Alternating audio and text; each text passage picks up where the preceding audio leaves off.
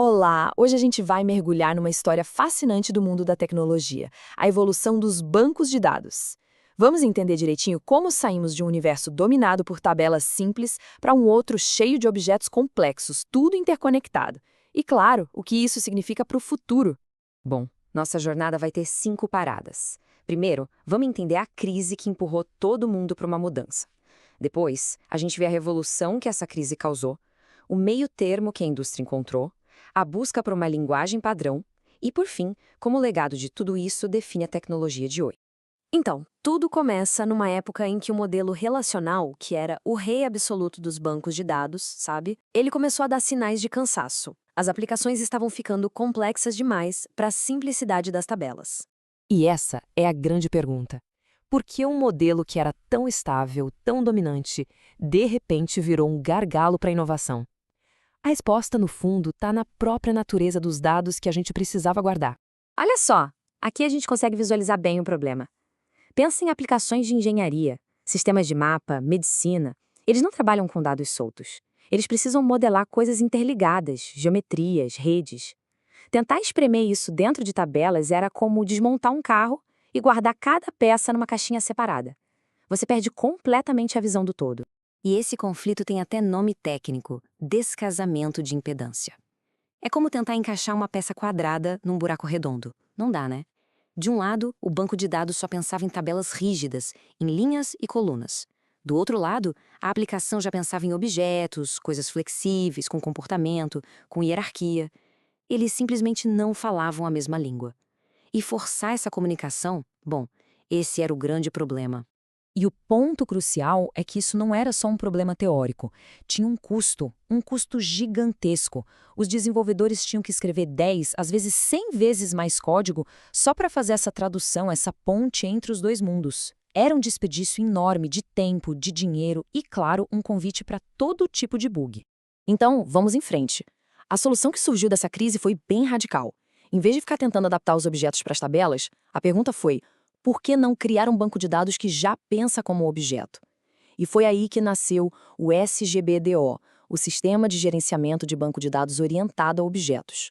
E aqui a gente vê a mudança fundamental de identidade. No mundo relacional, o que identifica um dado é a chave primária, que é uma coisa que pode até ser alterada.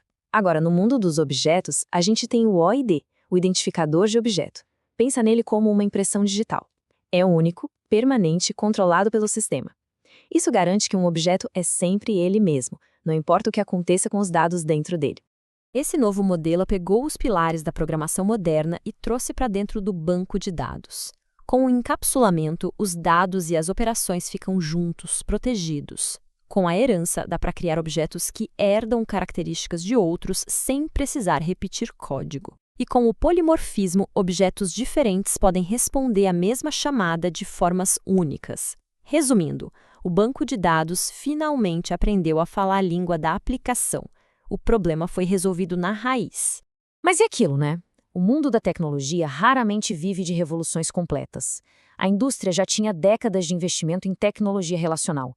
Então ela buscou um caminho no meio, uma solução mais pragmática que unisse o melhor dos dois mundos. A primeira resposta foi o modelo objeto relacional.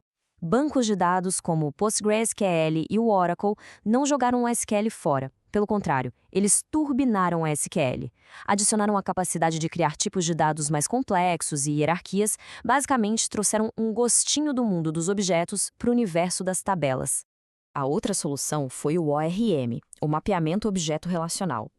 Aqui, a ideia é diferente. Em vez de mudar o banco de dados, o ORM cria uma camada de software no meio, como se fosse um tradutor universal entre a aplicação e o banco.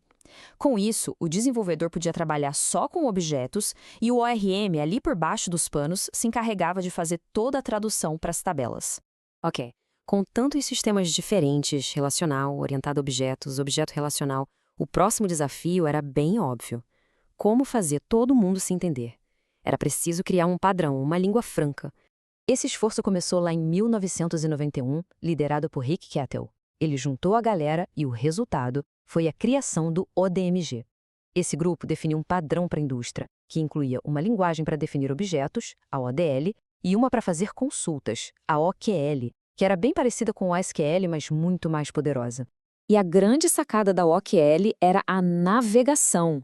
Enquanto uma consulta tradicional tem que vasculhar um monte de dados, a navegação simplesmente segue os links, os ponteiros de OID, de um objeto para o outro. Para dados complexos e muito interligados, isso é absurdamente mais rápido e eficiente do que aquelas operações de join super complexas do mundo relacional. Então, para onde essa jornada toda levou a gente? Vamos conectar os pontos e ver como o legado dessa briga entre tabelas e objetos moldou a tecnologia que usamos hoje e o que ainda vem por aí. E aqui está o grande legado. Os bancos de dados que são puramente de objetos acabaram virando um nicho, é verdade. Mas a filosofia deles, essa ganhou a guerra. As ideias de flexibilidade, de dados complexos, de interconexão, elas são o DNA dos bancos de dados NoSQL que dominam o desenvolvimento hoje. Um documento JSON no MongoDB, por exemplo, o que ele é? Nada mais do que evolução direta daquela ideia de um objeto. E o futuro? Bom, o futuro aponta para uma convergência ainda maior: inteligência artificial. Já imaginou bancos de dados que não só guardam informações, mas que aprendem com elas? Sistemas que se otimizam sozinhos, que sugerem insights, que entendem perguntas em linguagem natural, deixam de ser um arquivo passivo para se tornar um parceiro ativo na análise dos dados. Então, para a gente fechar e resumir a nossa jornada, essa tabela mostra de forma bem clara as diferenças. O modelo relacional com suas chaves e tabelas planas, o modelo de objetos com OIDs e classes e o objeto relacional, ali tentando ser a ponte entre os dois, com o SQL mais parrudo. E isso nos deixa com uma pergunta no ar. Essa história toda mostra que a evolução ela nunca para. O jeito como a gente interage com os dados está prestes a mudar de novo. Então fica a questão: no futuro, a gente vai programar um banco de dados ou vai simplesmente conversar com ele? O tempo vai dizer.